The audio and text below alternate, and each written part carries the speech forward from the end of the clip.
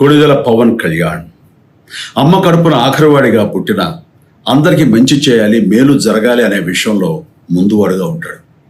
తన గురించి కంటే జనం గురించి ఎక్కువగా ఆలోచించే మనస్తత్వం నా తమ్ముడు కళ్యాణ్ బాబుది.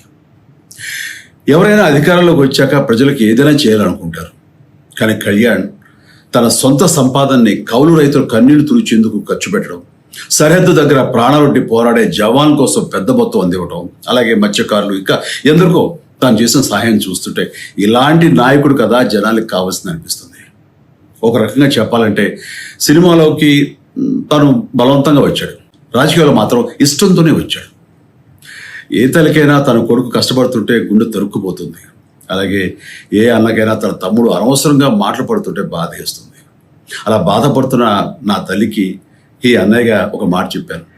నీ కొడుకు ఎంతోమంది తల్లుల కోసం, వాళ్ళ బిడ్డల భవిష్యత్తు కోసం చేసే యుద్ధం అమ్మా ఇది. మన బాధ కంటే అది ఎంతో గొప్పది అన్నాను. అన్యాయాన్ని ఎదిరించకుండా మౌనంగా ఉండే మంచివాళ్ల వల్లనే ప్రజాస్వామ్యం మరింత నష్టం అని నమ్మి జనం కోసం జన సైనికుడయ్యాడు.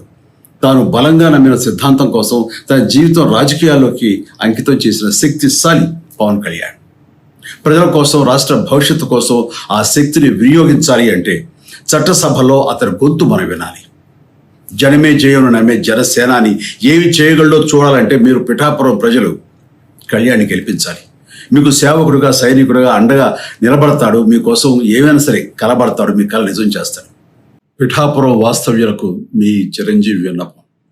గాజు గ్లాసు గుర్తుకి మీ ఓటు వేసి పవన్ కళ్యాణ్ని గెలిపించండి. జై హింద్. అమరావతి న్యూస్ యూట్యూబ్ ఛానల్ని లైక్ చేయండి, సబ్స్క్రైబ్ చేయండి, మీ స్నేహితులకి షేర్ చేయండి.